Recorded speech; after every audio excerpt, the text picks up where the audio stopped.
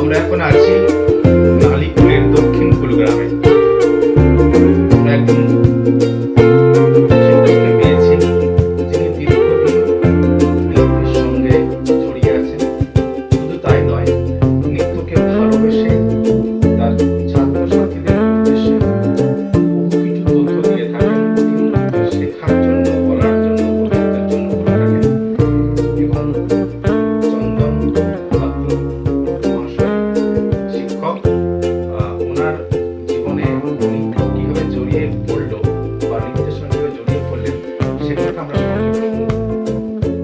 আমি চন্দন পাত্র। আমার একটি ছোট্ট ইনস্টিটিউশন আছে, সোর্স অফ ডান্স একাডেমি।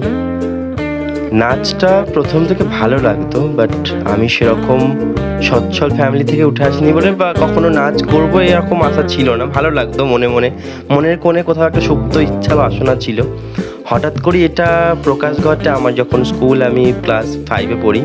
এক স্যার আমার স্কুলের বললেন যে তুই একটা কিছু পারফর্ম করতে পারিস। তো স্কুলে ছোটো থেকে নাটক করতাম, তো হঠাৎ করে মনে হলো ঠিক আছে চলো একটা নাচ কিছু করি। তো তখন সেভাবে শিখে না, জাস্ট ভালো লেগে একটা গানে করেছিলাম। তখন স্যারেরাই বললেন তোর মধ্যে নাচটা আছে, তুই চালু কর।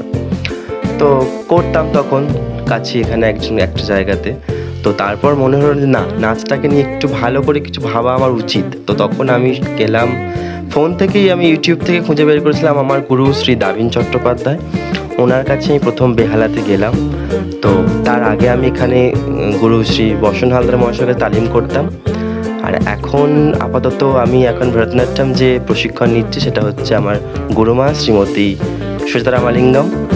তো এতগুলো গুরুর কাছে থাকতে থাকতে নাচের প্রতি আরও ভালো লাগা তৈরি হলো, যে মনে করলাম যে নাচটাই আমার সঙ্গী। এবং নাচ কখনো এত মানুষের সাথে জীবনে মিশেছি, কোথাও গিয়ে দেখেছি প্রতিটা মানুষ মানুষ ভুলে যায় বা মানুষের সাথে বিশ্বাসঘাতকতা করে, কিন্তু নাচ কখনো আমার জীবনের সাথে বিশ্বাসঘাতকতা করেনি।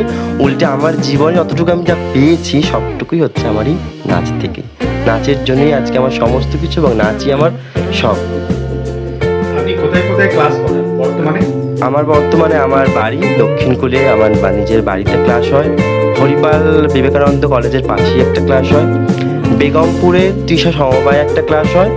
আর চাপাডাঙ্গার ওখানে ধাপধারা বলে একটি গ্রাম আছে, ওই গ্রামে ধাপধারা স্কুলে হয়। আর রিসেন্ট এই 1 মাস হলো তারকেশ্বর টাউন ক্লাবে আমার ইনস্টিটিউশনে আর একটা ব্রাঞ্চ ওপেন হয়েছে। ভীষণ ভালো লাগছে যে আপনি কয়েকটি ব্রাঞ্চ ওপেন করেছেন, সেখানে আপনার ছাত্রছাত্রীরা ক্লাস করছে।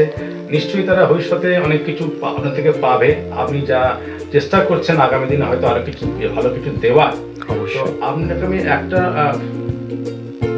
রিকোয়েস্ট করব, এটা হচ্ছে যে আপনি এই নৃত্যকে যেভাবে পেশা বা নেশা যেভাবেই বলি না কেন আমরা, তো যেভাবে আপনার মনকে ছুঁয়ে গেছে, তো আপনি আপনার ছাত্রদেরকে কি উপদেশ দেবেন? তোমাদের নাম কি? আমার নাম সৌমিনী পাত্র। আমার নাম স্বস্তিকা পাল। তোমরা এখানে কত বছর ধরে ডান্স শিখছো? আমরা এখানে গত 3-4 বছর নাচ শিখছি। তোমরা কোন ক্লাসে পড়ো? আমরা ক্লাস 11-এ পড়ি। তো নাচের সাথে পড়াশোনাতে নাচটা করতে ভালো লাগে না? হ্যাঁ, স্যার যেভাবে তোমাদেরকে শেখান, আমরা স্যারকে ডেকেছি। স্যার যেভাবে নাচ শিখতে ভালোবাসেন সেইভাবেই স্যারকে ডেকে আমরা শিখছি, যাতে স্যারের মতো আরও করতে পারি। ঠিক আছে। আগামী 11 এবং 12 জুলাই ইচ্ছেডানা সাহিত্য পত্রিকা আয়োজিত মালিয়া পার্কের মধ্যে একটি নৃত্য প্রতিযোগিতা আছে, সেখানে কি অংশগ্রহণ তোমরা করছো? ঠিক আছে, দেখা যাবে আগামী দিন তোমাদের ওখানে। অসংখ্য ধন্যবাদ। বিনোদন বাংলা টিভি, কলকাতা থেকে। প্রথমত হচ্ছে তুমি যেই জিনিসটা নিয়ে চর্চা করতে শুরু করছো সেই জিনিসটার প্রতি সবার আগে দরকার হচ্ছে ভালোবাসা থাকলেই সেই জিনিসটার প্রতি একটা অটোমেটিক্যালি তার প্রতি একটা অমোঘ টান চলে আসবে। সেটা আমাকে তখন বলে বোঝাতে হবে না।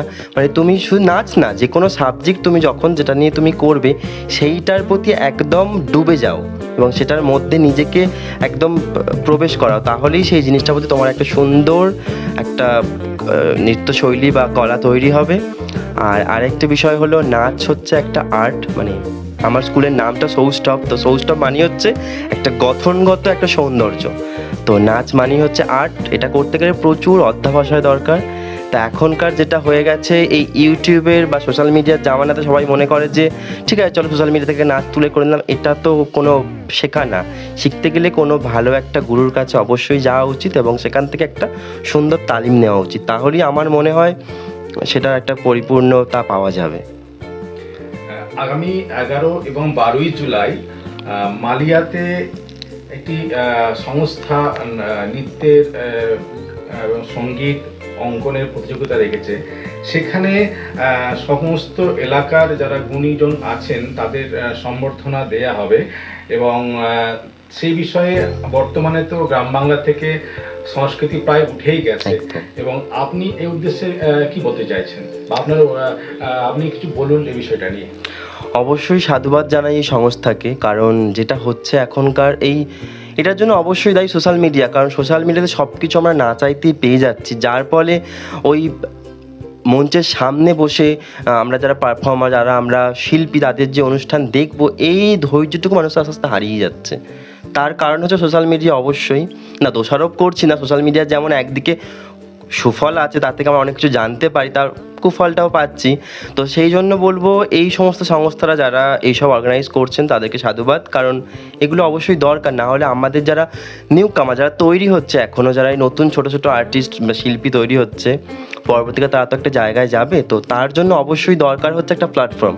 তো এই প্ল্যাটফর্ম পেতে গেলে তো এরকম সংস্থাকে এগিয়ে আসতেই হবে, না হলে তারা এই জগৎটাকে জানবে কীভাবে। আর কম্পিটিশান বা কোনো প্রোগ্রাম বা ফেস্টিভ্যাল যাই বলি না কেন, এগুলো না করলে তো ওদের মধ্যে সেই ভয়ভীতিটা দূর হবে না। তো এটা অবশ্যই খুব ভালো একটা উদ্যোগ।